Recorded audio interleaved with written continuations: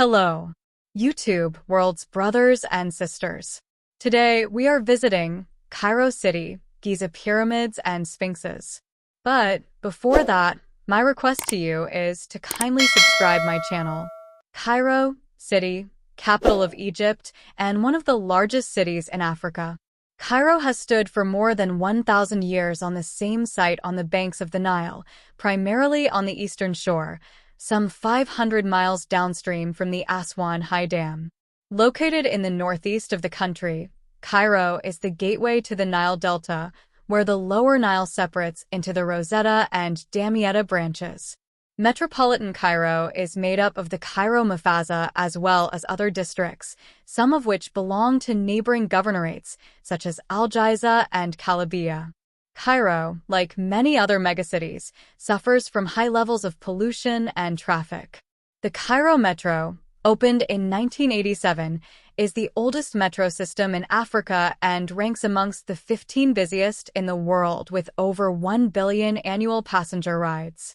The economy of Cairo was ranked first in the Middle East in 2005 and 43rd globally on Foreign Policy's 2010 Global Cities Index. Now, let us move to Giza. There are 3 pyramids, Khufu, Khafre, and Menkaure, correspond to the kings for whom they were built. The northernmost and oldest pyramid of the group was built for Khufu, the second king of the 4th dynasty.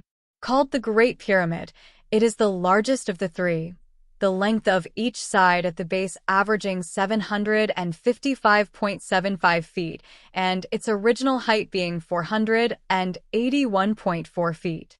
The middle pyramid was built for Khafre, the 4th of the 8 kings of the 4th dynasty. The structure measures 707.75 feet, 216 meters, on each side and was originally 471 feet, 143 meters, high. The southernmost and last pyramid to be built was that of Menkaure, the 5th king of the 4th dynasty.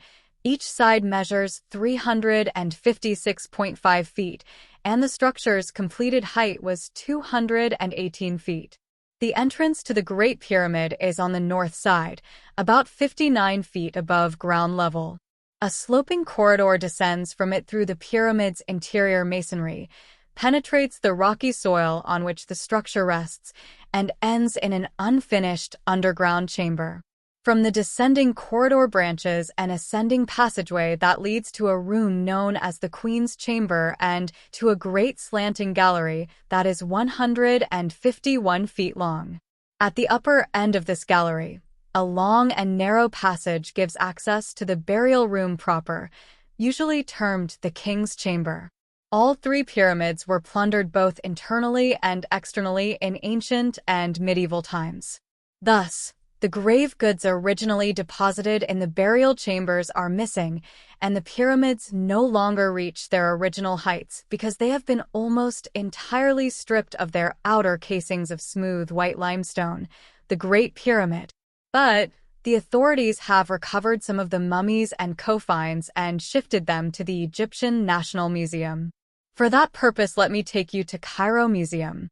However, you may watch my separate video on Cairo Museum for more and more informations.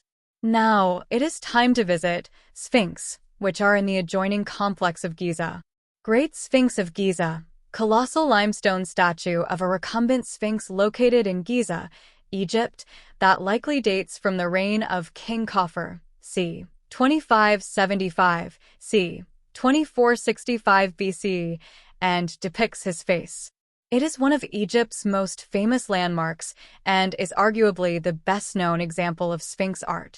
The Great Sphinx is among the world's largest sculptures, measuring some 240 feet long and 66 feet high. It features a lion's body and a human head adorned with a royal headdress. The statue was carved from a single piece of limestone, and pigment residue suggests that the entire Great Sphinx was painted. According to some estimates, it would have taken about 3 years for 100 workers, using stone hammers and copper chisels, to finish the statue. The Great Sphinx has greatly deteriorated over the years, and since ancient times, possibly beginning in the reign of Thutmose IV, 1400 to 1390 BCE. Various efforts have been undertaken to preserve the statue.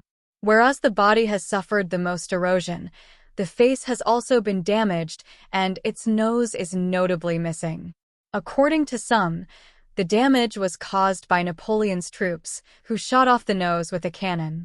However, illustrations that date before Napoleon reveal a noseless sphinx.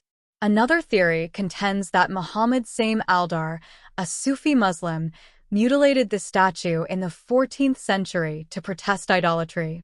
Now it's time to say goodbye. Please watch my other videos on Luxor, Cairo Museum, Philae, Greece, Nile Cruise, Tour, etc. Thanks for watching and subscribing.